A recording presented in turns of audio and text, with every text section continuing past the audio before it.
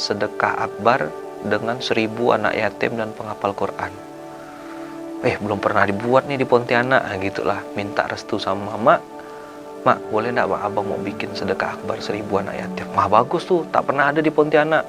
Bikinlah yang bagus, kata Mama.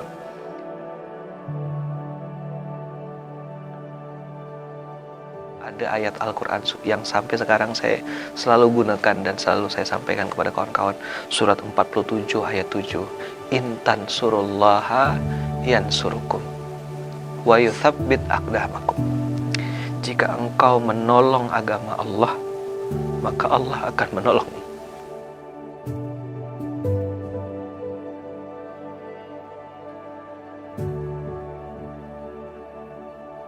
Juli 2012. Juli 2012 itu saya merecall, manggil kawan-kawan, manggil orang-orang yang saya kenal. Yang pertama kali yang saya ajak ya Bang EN. Karena Bang EN ini kawan saya SMP. Waktu itu 2012 beliau lagi di puncak-puncaknya gitu ya. Leader multi level besar, kemudian dapat reward, downline-nya sudah ribuan. Di badannya tuh sudah pakai barang-barang yang mahal gitu ya. Nah, saya tuh tak punya apa-apa. Motor tak punya, apa tak punya gitu ya. Nah, jadi waktu itu saya tanya, ajak sama dia, bro. Saya bilang, mau udah ikut. Saya mau bikin event nih, mau bikin program. Namanya Sedekah Akbar. Nah, itulah muncul kalimat Sedekah Akbar itu.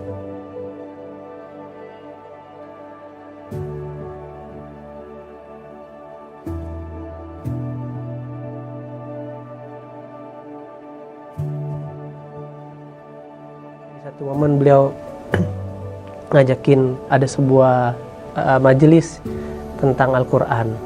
Nah, di situ awal pertama kali saya secara pribadi datang ke majelis ilmu yang menurut saya awal titik balik saya kenalan sama Quran.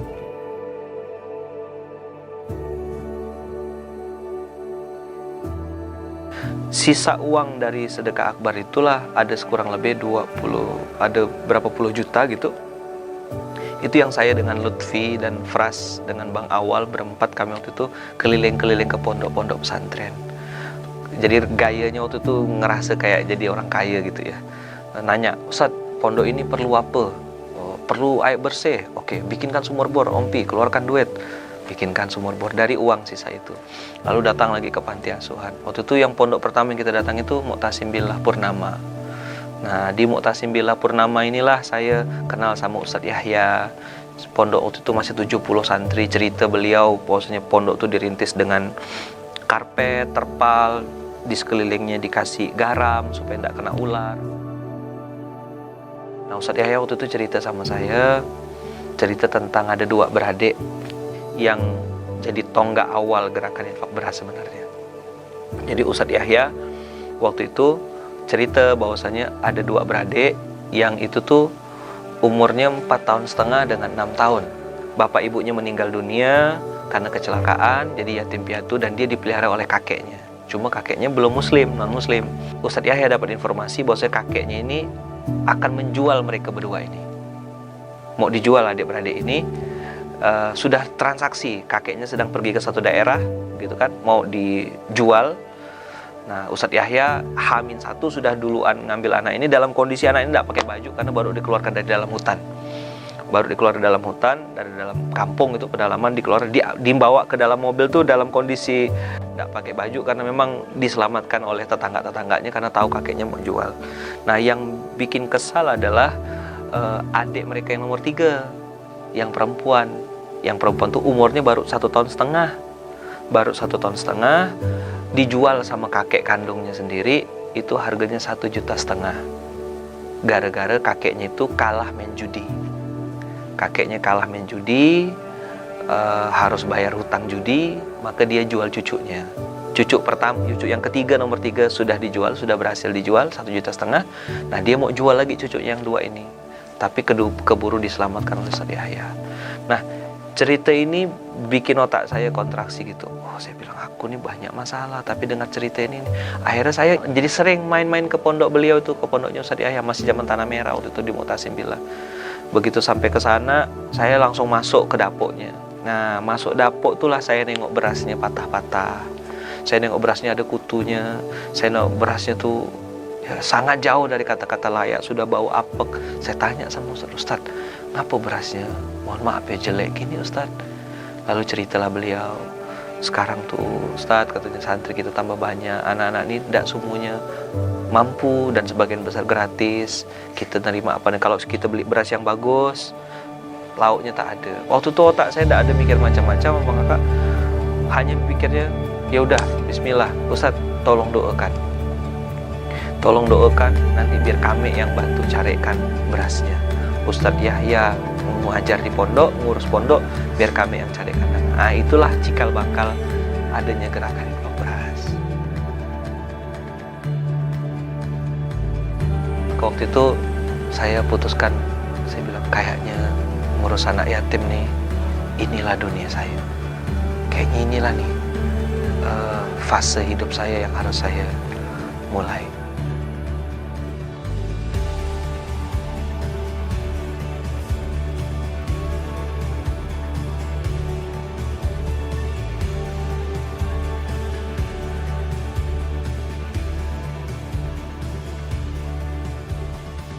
Dari awal Ustadz Lukman tuh udah punya banyak mimpi gitu, sudah punya banyak cita-cita.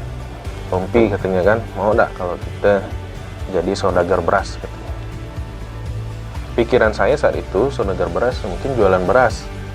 Maksud saya saudagar beras ini adalah kita bagi-bagi beras katanya kan, membantu anak yatim dan juga membantu pondok-pondok katanya. Terus Bang, saya tanya, berasnya dari mana? Nah, kita carilah, kita kumpulkan uang dari kawan-kawan yang kita kenal, dari keluarga kita, baru nanti uang itu kita belanjakan beras. Nah, kita lah yang mengantarkan berasnya ke panti-panti. Jadi singkat cerita, ya udah kita Bismillah bikin gerakan. Awalnya saya Ustadz Lukman, Bang Lutfi dan awal. Jadi kita jalan, awalnya hanya 3 pondok. Keceriaan dari adik-adik itu kita juga merasakan kebahagiaannya. Mungkin itu yang dimaknai dengan sedekah kembali lagi ke kita. Bahwa kita yang beri, mereka yang menerima, tapi kita yang merasa bahagia. Jadi inilah yang jadi motivasi saya dan kawan-kawan pengen terus untuk berbuat. Dan akhirnya kita punya gerakan namanya Gerakan Infak Beras. Itu bulanan memberikan beras dengan beras kualitas terbaik.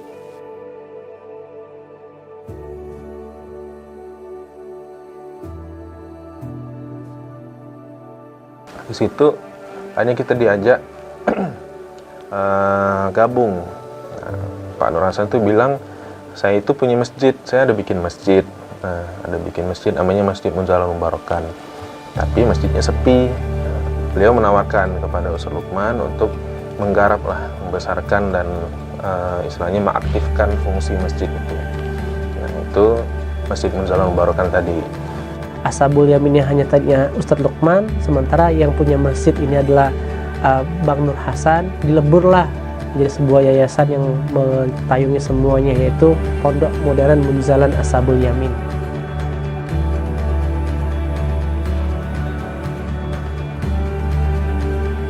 Saya merasa saya perlu Allah. Akhirnya teman-teman bilang, Bang, bukan abangnya yang perlu Allah, Bang, kami pun semuanya perlu Allah, Bang. Mau gabung kita?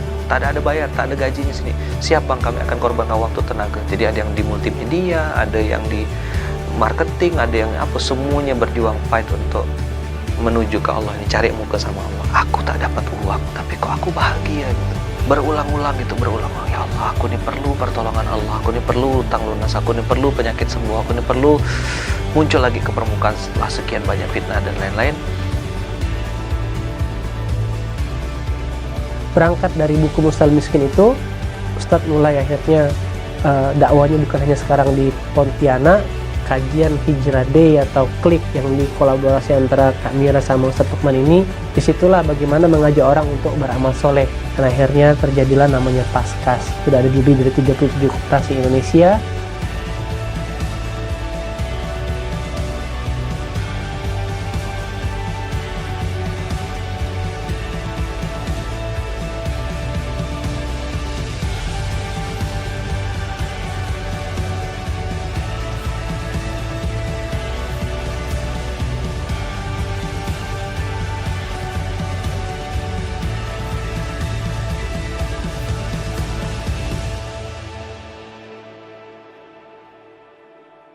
wujuhu yawma idzin nazirah.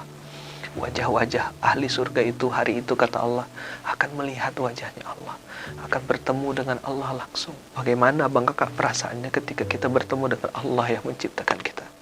Kita berharap bisa satu surga dengan Rasulullah, karena Rasulullah berjanji, aku dan orang yang mengurus anak yatim seperti ini di surga. Banyak orang mempersiapkan hidup yang baik, tapi lupa mempersiapkan mati yang baik.